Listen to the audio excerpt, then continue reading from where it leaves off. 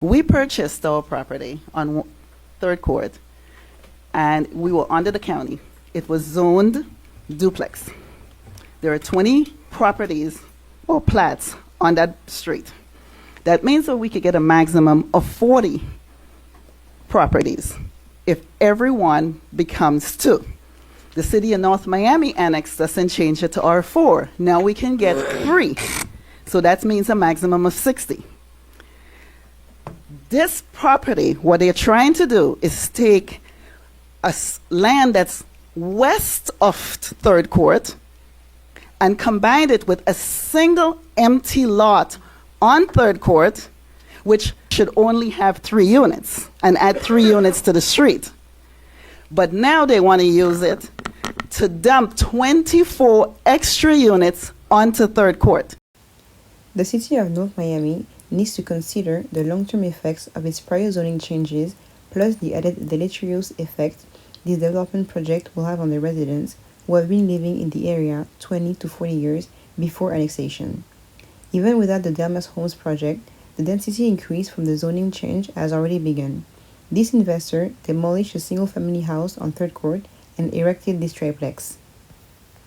A combination of the R4 and Delmas Homes change will increase the 20 residential units on Third Court to 81, resulting in a 305% increase in density. This is not compliant with the city's own density code.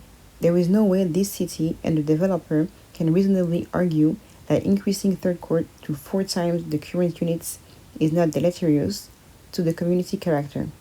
The developer has the right to build, it does not have the right to adversely affect Third Court by taking traffic that is in line with 3rd Avenue and sending it to Third Court.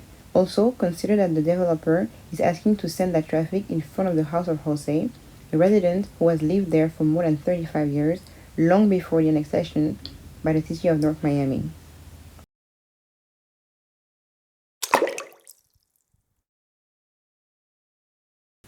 The city must consider the impact of traffic on the community in its own master plan. The developer is only going to show the traffic while Third Court is mainly single family.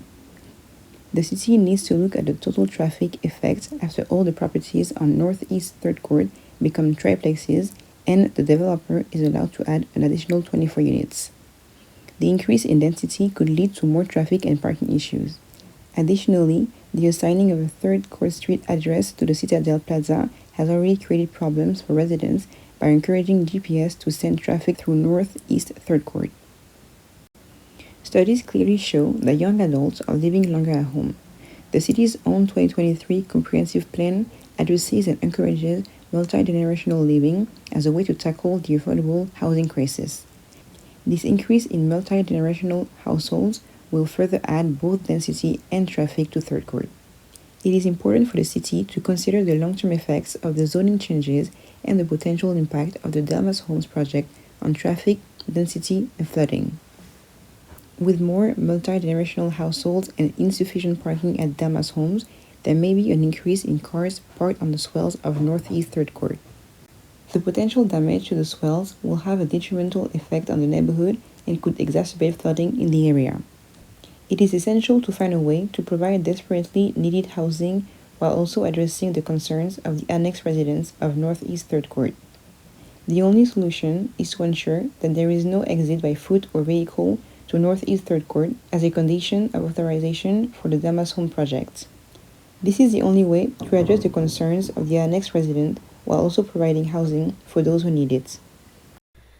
And the issue I have with this development, 25 units, and maybe you have 50 parking spaces for the residents, and he has what I think I saw 4 spaces for guests. So you're gonna limit them to 2 cars only. That's not gonna work. The people are gonna find a place to park. They're gonna park in the guests. They're gonna come out and park in my street on the swell. We don't have sidewalks. We don't have drains. Just look at the problem that we deal with.